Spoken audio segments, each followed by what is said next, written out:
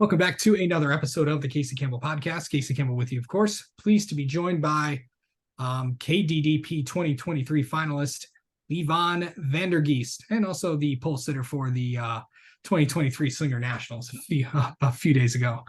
Levon, it's been a while since I've talked to you. How have you been? I've been good. Thank you for having me on. Yeah, no problem. Before we start this interview, of course, if you're in the audience out there, if you like what you see, hit that subscribe button down at the bottom. I would appreciate that, and it helps this channel a lot. All right, but okay, so let's get going here. You had a win. How about that? You had a win a few weeks ago at Golden Sands. So how about getting that first win of the year? I know it's not been the best start to the year for you guys so far, but how about that? Getting that win a few weeks ago. Yeah, that was a really big deal. The funny thing is, it's kind of a last second thing. We didn't think we were going to be going to Plover that weekend, but we just decided to go just for fun. We really didn't take it that seriously. My old crew chief, Chris Weinkoff, that crew chiefed me last year, he came in. We went to the track early before the race started just to practice, shake the car down. We unloaded, and the car was almost bad enough where we would have had to load up and go back home. It was just super loose everywhere. So me and Chris worked on it for probably 3 hours before the gates opened, practicing and stuff, and working on down the car, and we got it semi close. And then Chris had to go because he had a party to go to that day. And then another crew chief that helps me out, Jake Broche, came in, and me and him worked together to set up the car to the rest of the way, to the point where we ended up setting fast time by 2:10. Started, I believe, 11th in the feature, and then ran it right up to the front and passed for the lead on the outside. And then the big thing was I got to do my first Polish victory lap under the KDDP program. Awesome. So that was a really big deal. That was a lot of fun. It was fireworks night, so we got that cool shot of the big flame ball going off behind me in victory lane. Overall, it was just a big confidence boost for me and the whole team. So it was a really great night. I'm glad we did it. Yeah. What's it feel like to win? Um, that felt really good. That was probably the most, honestly, it was just a weekly night at Plover, but it was probably one of the more meaningful wins in my career, just because I've been on a big win drought over the last couple of years. My Yeah. last win prior to that was in the July of 2020. So it's been a long time. So then being able to get that first win um in that long, I mean, it's so big just to know that I can still do it, and that, like, I can start doing that in some bigger races now, like in ASA races or stars races. It's just a big confidence boost, like I said. Yeah. I mean, it's like you go through all that. It's like, I mean, can I still do this?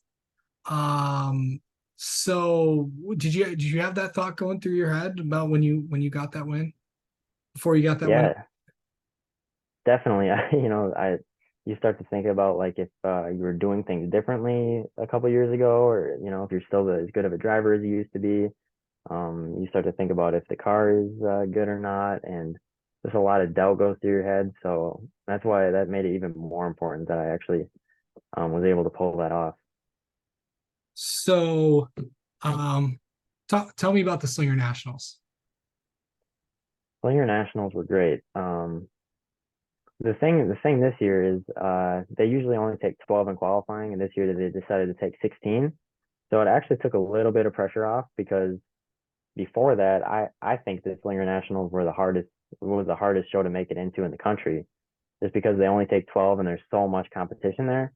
Yeah. So still though, taking the top 16 with 34 cars there was still tough. So we spent a lot of the day practicing on our qualifying setup, and paid off because I hit 12th, which actually would have made it in even in past years. And the other good thing about 12th was that I got to start on the pole. So that was really exciting. I got to lead the first two laps, and then I kind of dropped back for a while into the top five and rode around for the first 100 laps, survived. And then second 200 came around, and I was still riding around the top five. I believe I was fifth, running fourth behind Thorne.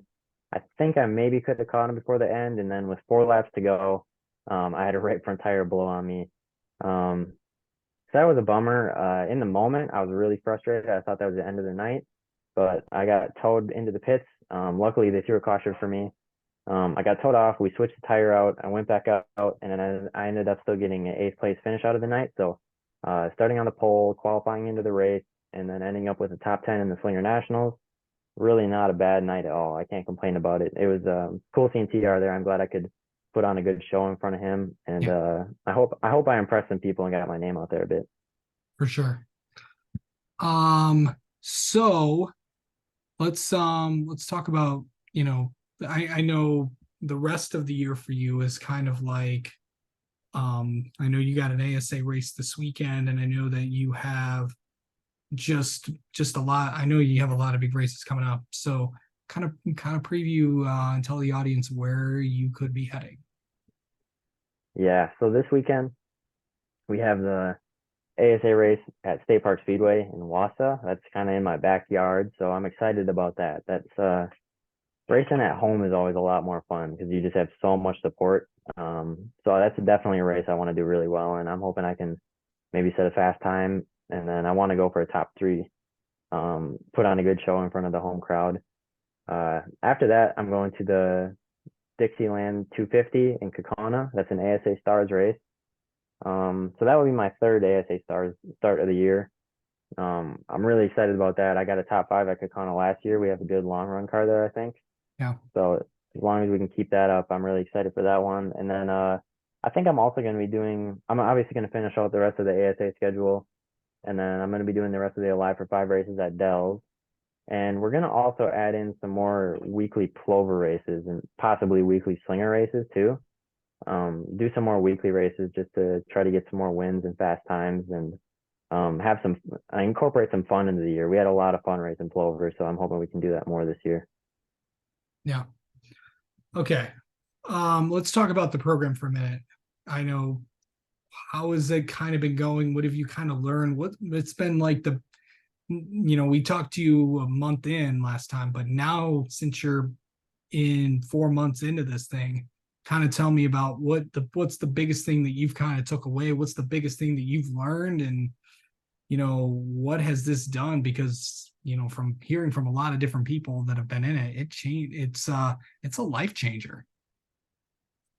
Yeah, it definitely adds another aspect to the year. A lot of the races now, instead of just racing for like me and my team, I'm racing for Alan Kowicki's legacy and to like get the KDDP program's name out there, and try to impress them, drive well, and carry Alan Kowicki's number, um, carry it on. So that adds a whole nother aspect to the season. It's also cool to network with all the people that are involved with KDDP and like know them. I got to meet all kinds of cool people throughout the year so far. It's getting me a lot more media exposure. I'm getting to do a lot more interviews, talk about my season, and hopefully it leads to some big sponsors and stuff. And I'm just really excited for where it can take me, like going further into the year. Yeah. Um, who's kind of like been who's been the biggest person that's really kind of, helped you through a lot of like, this could be, crew members, different people that you've kind of come across with. Who's like been the biggest person that's really helped you this year? Like just with race cars or, management or whatever. First of all, I'll give some credit to you. I think you've been a big help this year. Thanks, bud. You've been someone I can talk to about all kinds of different things, and you give me good advice. Yeah. So I really appreciate that. Race cars wise, Chris Weinkoff, Jake Broche, they've both been huge help to me. Jake, he lives near Minnesota, but he comes with he has a camper here, so he lives here during the week sometimes. He works remotely, and he helps me on the car just about every day of the week. So I mean, I can't thank him enough for that. Chris comes out after work almost every day. Jason Weinkoff has been doing a great job doing tires for me this year. I just have such a good support system behind me. I got to thank my dad too, because Yeah. he's the one that runs the team and is the backbone for everything. So yeah, those are some people that have been really important to me this year. Awesome.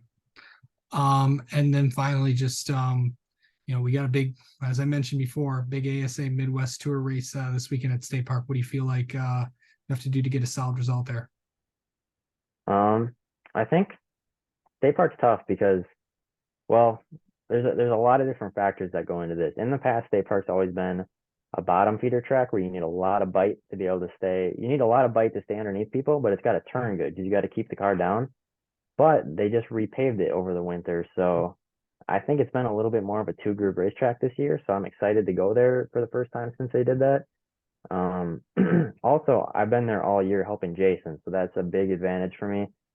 Because I get to see how he drives the track, and I've watched every race and spotted for every race there this year. And we also have a good baseline setup to go off of Jason's car that he's won. I think he's won 2 races there this year already. So I have a good setup. I have an advantage over everyone, and it's right in my backyard. So I'm really hoping we can dial the car in and put on a good show. Hopefully, get a podium finish out of it. Yeah, for sure. All right, Levon Geest, thank you so much for coming on and talking with us, and best of luck at State Park this weekend. Thank you for having me. Thank you.